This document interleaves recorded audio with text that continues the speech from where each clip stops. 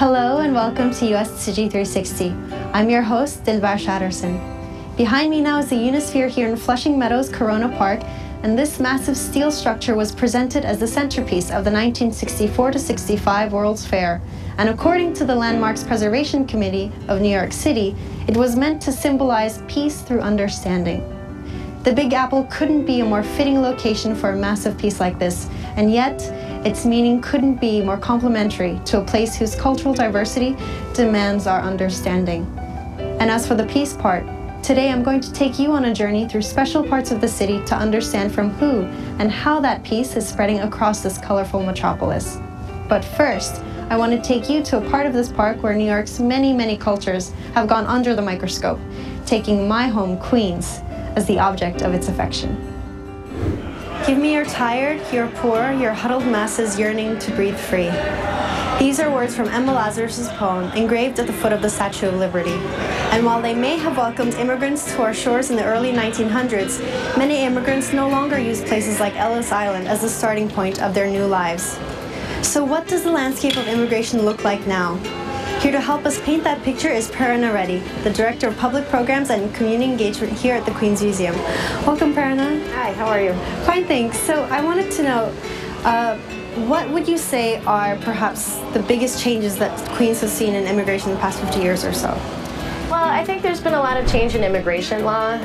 So after 1965, that allowed a lot of Asian immigrants to enter, where for 100 years our immigration law prevented that. In 1980, we had family reunification laws. People from a wide variety of class backgrounds were able to enter in the 80s.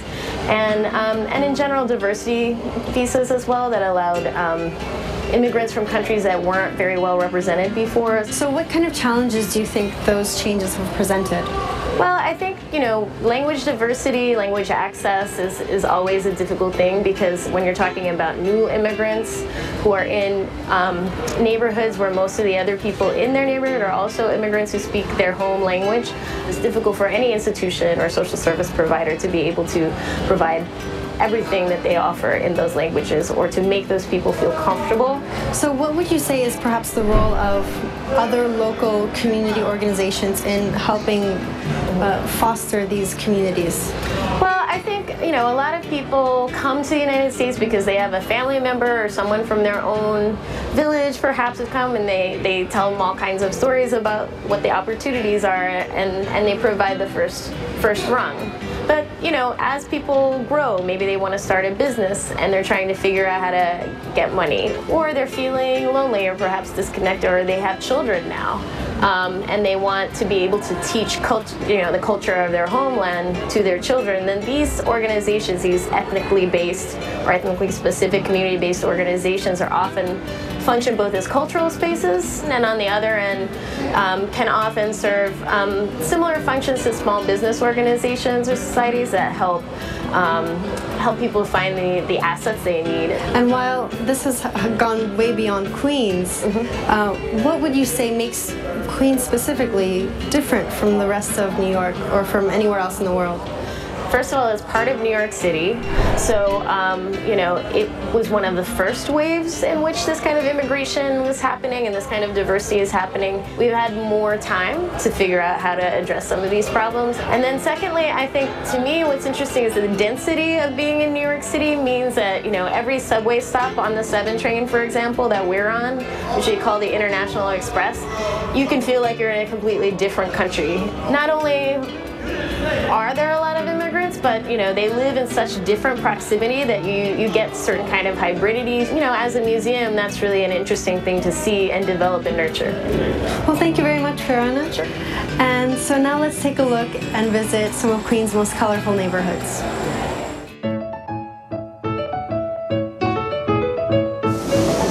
We're here in Jackson Heights in northern Queens, and according to Cityscape, a journal of policy development and research, it's a place where trattorias share walls with cantinas and bodegas share a dumpster with pizza and donut shops. It is places like this in New York that make the different cultures, which you see so clearly reflected in the local businesses here, exist as neighbors in a way that geography would never have made possible. And Jackson Heights is not the only place where this kind of coexistence exists, because actually this way east towards Woodside is Little Manila, and what's west? restaurants, cafes, bookstores, you name it, whose owners hail from all over Latin America. So if you want to see more, come take a ride with me.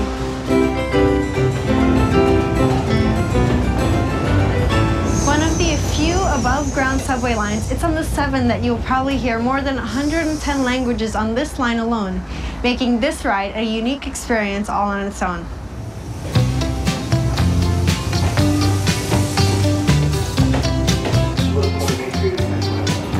So now you'll see on the map that this train starts actually in Times Square and crosses over to Queens, right through Long Island City's art scene. And where we are right now is actually really close to the home of jazz legend Louis Armstrong, which is right here in Corona, and it's got a lot more in between. But on this other end of the line is one of New York's most bustling neighborhoods, Flushing.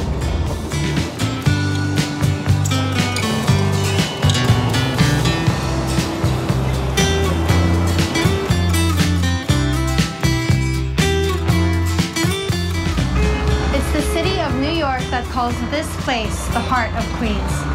But you see how the ethnic demographics change here in this area, with tons of street signs here in Mandarin, in Korean, and more. And here on Main Street is where the 2 previous Tsuji offices first took root. But of course, as a family of volunteers begins to grow, the building needs to do the same. So in 2005, a building was purchased over there on Northern Boulevard and has been the home of many volunteers since. So let's go check it out. One special thing to note about Northern Boulevard is that it spans 73 miles and is one of the major roads connecting the beginning of Queens all the way out to Suffolk County in Long Island. And right here is where you'll see a familiar face, the Northeast's Executive Director, George Chang. So thanks for joining us again, George.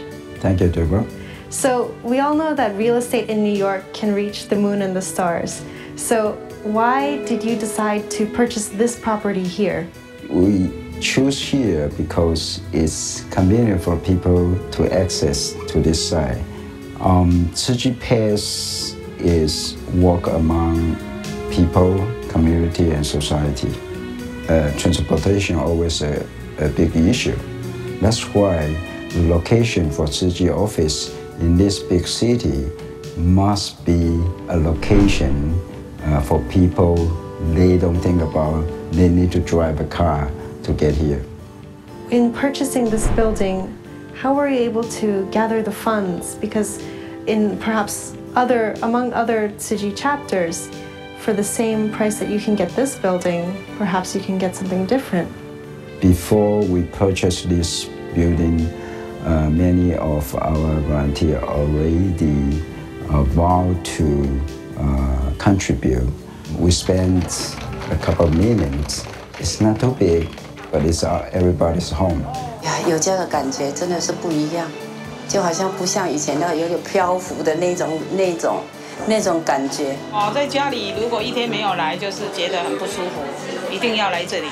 真的有一个自己的家，真的心里过得真的很踏实。People like to come here, and we have a chance to meet every person coming from around the world thinks New York is a tourist city.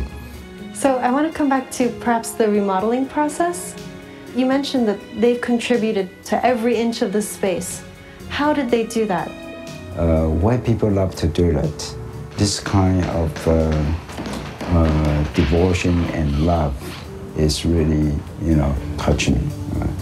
I even experienced after midnight, I drove by and I still see our volunteer try to clean the floor and try to arrange the table and the chair, because on the next morning we're going to welcome many of Tsuji family from Taiwan. I believe they treated this as their home. So with so many people coming in, not only on a daily basis, but also extra on weekends, and like you said, some travelers sometimes. Yeah. How do you make efficient use of this tiny space that you have here? Every time you can see it's able to elbow and it's packed, but we have a schedule. Based on the schedule, it is involved many volunteers. We have to move the chair and table from first row to third row, and next hour you have to move down again. It is a challenge for elderly people. but we could see volunteer can help them. So how does the New York chapter here represent Tzu Chi on a global scale? New York is a melting pot of immigrants. The United Nations is in New York. So everything or every program we provide to the community is not only for the local, it is also represent globally Tzu Chi. So we want Tzu Chi in New York to become a showcase of Tzu Chi. On the other hand, we also want that the people in New York to have a chance understand and know the spirit of great love and Tzu Chi. Well, good luck in your mission here. Thank you. And now I'd like to take us to another significant New York landmark that experienced a catastrophe beyond imagination. September 11th marked a turning point for Tzu Chi in the United States. It was the first time that Tzu Chi volunteers had responded to a major disaster, but the opportunities it presented were invaluable. Tzu Chi was the only Asian organization to provide direct assistance to those affected while being in the company of the Salvation Army, the Red Cross, and other local NGOs. The Salvation Army in particular was key in giving way for volunteers to set up a booth to distribute checks for immediate relief. It was this tragedy that connected these organizations, who have since worked together with a similar spirit to give charity in the city that never sleeps.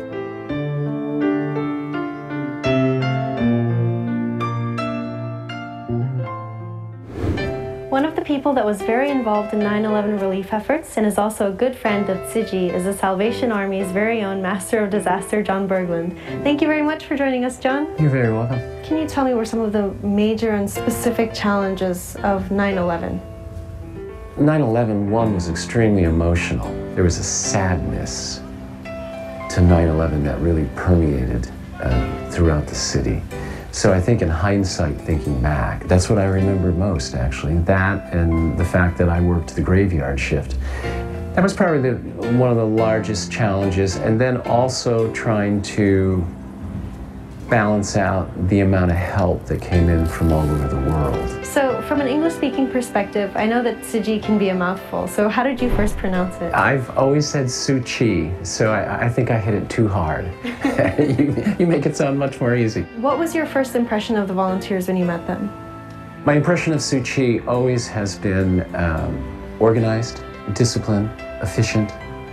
And as I've gotten to know them separate from the delivery service, I think part of what I'm hearing and experiencing is the commitment to the mission of what they do. I know that the Salvation Army and other organizations like the Red Cross are perhaps more well-known household names. So what can be the contribution of lesser-known organizations like Tzu Chi in doing disaster relief or generally charitable efforts?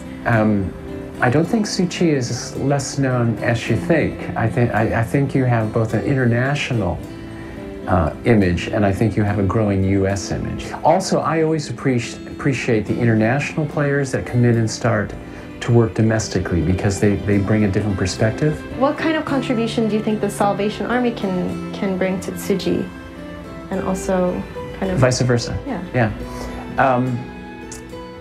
The Army does have a 100-year history. Our strength is real estate. Our strength is serving individuals in crisis on a daily basis. When it comes to a disaster, what we try to do is ramp those resources up. What the Salvation Army is especially good at is filling in the gaps. We have a faith-based social work mission.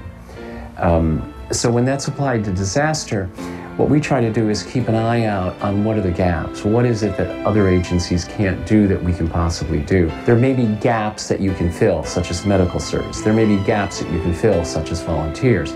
There's always financial gaps which you can help to fill. So by building the relationship and having the constant communication, you actually help us with that ability to fill in the gaps.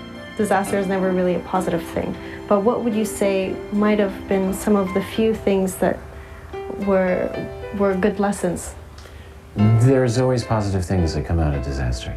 Out of New York specifically, what came out of disaster was the recovery model of getting all of the service agencies into one place, Another thing that came out of 9/11 was the Coordinated Assistance Network. Every time one of these large catastrophic events occurs, we learn something new. We find new partners. We find out what we do well, what we don't do well. And what about through Sandy? Through Sandy, yes. I think New York learned a lot of lessons on that. The urban environment, and New York is probably a little different than any other city in the country, so it's unique to itself, but there's still a lot of work to be done on how we work in urban environments. In what capacity did the Salvation Army work with Tzu Chi in kind of trying to in aid the recovery Sandy, process? I believe we did some feeding together. And the interesting thing about that is that you were very good about responding very early on. So to get agencies to respond quickly in the early stages of response. And what is your hope to work with Tzu Chi in the future? Our hope always is to bring together as many resources as possible, and it's ensemble playing. So if you know there's certain players that have specific expertise in different functions, whether that be feeding or sheltering or medical, you want to know all those different players and you want to bring them together as quickly as possible. So it's the coordination piece. Well, thank you for being here with us. You're very welcome. And now let's go meet Peggy Sheng, a volunteer who's decided to take consistent action after 9/11.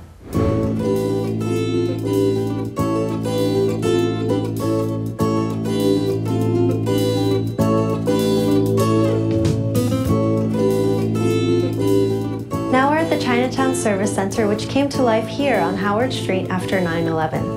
Peggy Sheng, who's here with me now, lent a hand in daily relief efforts in the many days after the collapse of the buildings. And so, Peggy, thank you very much for joining us. My pleasure. So, you are one of the deputy directors here at the Service Center. Yes, I am. But how did you become so devoted to Tzu Chi? I met Tzu Chi in 1997 through my sister. I was a haphazard volunteer, but it is because of post-September 11 event that made me devoted my time to Tzu Chi. So is there a particular memory or particular story that you have from Pier 94 that impressed you? Yes, I remember a Colombian family. They were desperate, wanted to come to the United States to look for their loved one who were presumably missing at the World Trade Center. And they didn't have the funding to pay for visa. So Tzu Chi Foundation was just in time. They paid the visa fee for this family to come. So at Pier 94, about how much help was given out to these people? We were giving every victim's families $1,000. We gave out total around $2.78 million. And what was the biggest motivating factor for getting this service center started?